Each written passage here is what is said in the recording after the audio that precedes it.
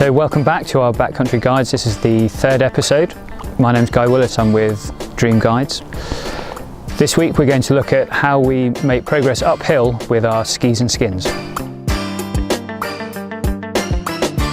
So the first thing to realise about skinning is that it's not a normal walking motion. We're not lifting our knees very high because of the weight of the ski and the boots. It's much more of a gliding motion. Likewise, we're not pressing our skis into the snow because that creates too much friction, so it's a happy medium between the two.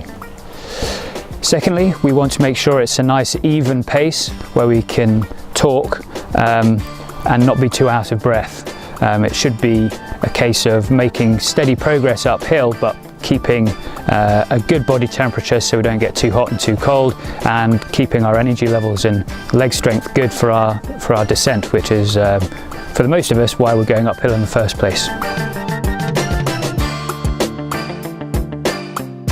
Okay, let's have a quick look at the binding to see how it works in context of skinning. Just to orientate ourselves, this is the toe piece and on a Dynafit binding, pin binding, and I'll just demonstrate. Once the boot is clipped in like that, when you're skinning uphill, it's worth popping the toe piece up like that, and that helps lock it in place so that your ski will not come off while you're skinning uphill. While you're skiing downhill, have this more flat so that the release mechanism can still work, unless you're an extreme skier, but we're not doing that today.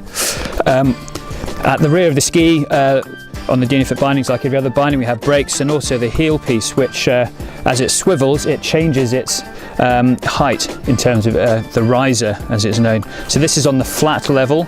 If we turned it round one more clockwise, then our heel will sit on this bit of platform here, raising it up by an inch or two.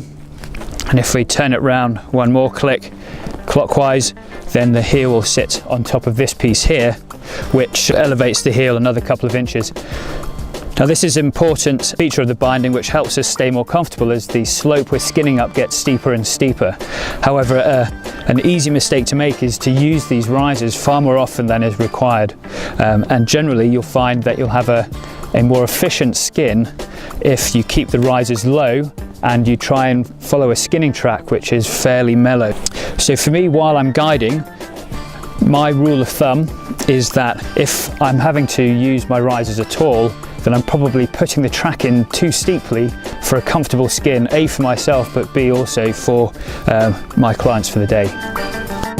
Continuing our theme of trying to stay comfortable while we're going uphill, we should pay attention to our boots and how tight they are. So I like to have my boot clips done up, but on their loosest setting.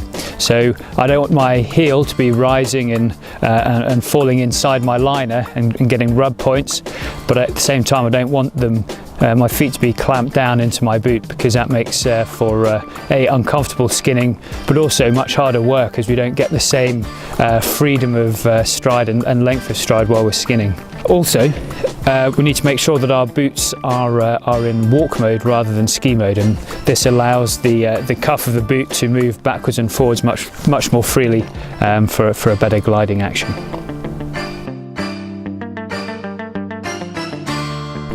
Okay, so this week we've looked at some basic skinning techniques and how to make sure we have a comfortable day skinning in the mountains. The most important thing to remember is to keep a nice, even, mellow pace while you're skinning, so that you're not too hot or too cold and you're not using too much energy at any one point, so we can preserve that for our descent.